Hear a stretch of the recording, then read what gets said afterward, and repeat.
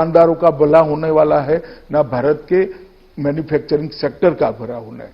एक bold decision लेते हुए, राजनीतिक इच्छा शक्ति का परिचय कराते हुए आरसेप को मोदी जी ने समाप्त कर दिया। हम नहीं ज्वाइन हुए और मैं मानता हूं कि बहुत बड़ा फैसला था। 6 एम्स नए बनाए गए, 75 नए मेडिकल कॉलेज बनाए गए, 5000 एमबीबीएस की सीटें बढ़ाई गई, 1000 पोस्ट ग्रेजुएट डॉक्टरों की सीटें बढ़ाई गई। आदिवासी बच्चों के लिए 450 से ज्यादा एकलव्य मॉडल रेसिडेंशियल स्कूल को बनाने का काम किया गया और मछुआरों के लिए एक अलग मंत्रालय बनाने का काम भी किया गया। और ढेर सारे ऐसे फैसले हुए राहुल जी, जिसकी देश की जनता 70 साल से राह देखती थी। देश की जनता मानती थी, मांगती थी कि धारा 370 और 35 को निरस्त कर दिया जाए, क्योंकि जब तक धारा 370 और 35 है, कश्मीर का भारत के साथ जुड़ाव परमानेंट कभी हो नहीं सकता। किसी की हिम्मत नहीं थी। नरेंद्र मोदी जी ने 5 अगस्त को धारा 370 और 35 को निरस्त कर दिया और कश्मीर को हमेशा के लिए भारत का अभिन्न अंग बनाने का काम किया। 35 से हटने से पश्चिमी पाकिस्तानी शरणार्थी, छम वैली के निवासी, गोरखा सफाई कर्मचारी, महिलाओं, कश्मीरी महिलाओं को अब पूर्ण नागरिकता का अधिकार मिल गया है। इसके साथ हमने सीए भी लाया।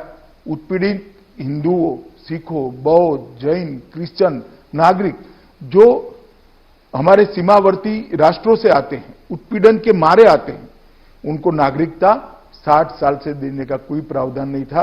आज हमने उनको सम्मान देने का निर्णय किया। श्री राम जन्मभूमि का ऐतिहासिक फैसला आने के बाद राम जन्मभूमि निर्माण के लिए ट्रस्ट की रचना की गई और उसका मार्ग प्रशस्त कर दिया गया। जो प्रश्न अंग्रेजों के समय से लटकता था, उसका भी निराकरण यही 1 साल में आया। गुरु नानक देव की 550वीं जयंती में करतारपुर साहिब कॉरिडोर की शुरुआत की। करोड़ों करोड़ों हिंदू और सिखों को करतारपुर साहिब में जाकर नानक देव जी की सेवा में मत्था टेकने के लिए एक व्यवस्था भारत सरकार ने बनाई।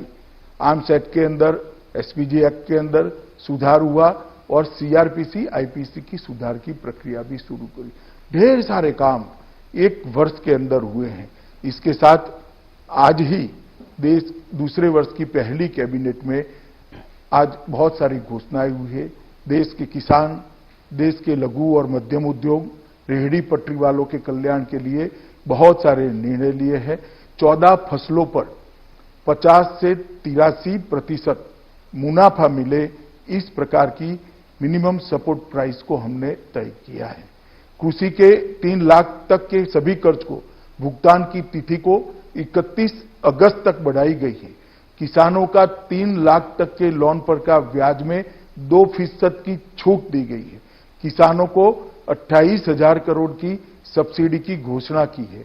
पीएम स्वनिधि योजना से फुटपाथ और रेहड़ी पटरी वालों को 10,000 रुपये तक का कर्ज देने का हमने प्रावधान करा है। एमएसएमई के लिए 50,000 करोड़ की इक्विटी का प्रस्ताव पहली बार कोई सरकार लेकर आई है और एमएसएमई के लिए 4,000 करोड़ का डिस्ट्रेस्ड एसेट फंड भी आज निर्माण करने का देश की कैबिनेट ने फैसला किया है। मैं बताना चाहता हूं राहुल जी, और सबसे बड़ी उपलब्धि 1 साल की, कोविड के सामने हम सफलतापूर्वक लड़ाई लड़े हैं और आज पूरी दुनिया कहती है कि नरेंद्र मोदी के नेतृत्व में भारत ने कोविड के खिलाफ एक सफल लड़ाई लड़ी है। सभी राज्य सरकारों को साथ में रखकर संघीय ढांचों को मजबूत करते हुए नरेंद्र भाई ने देश की जनता को कोविड के लिए लड़ने के लिए प्रेरित किया।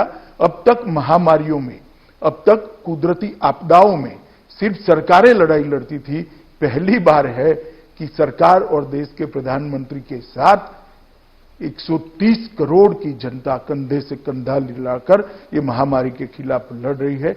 मैं मानता हूं ये मोदी जी के नेतृत्व और भारतीय जनता पार्टी की सरकार की बड़ी उपलब्धि है।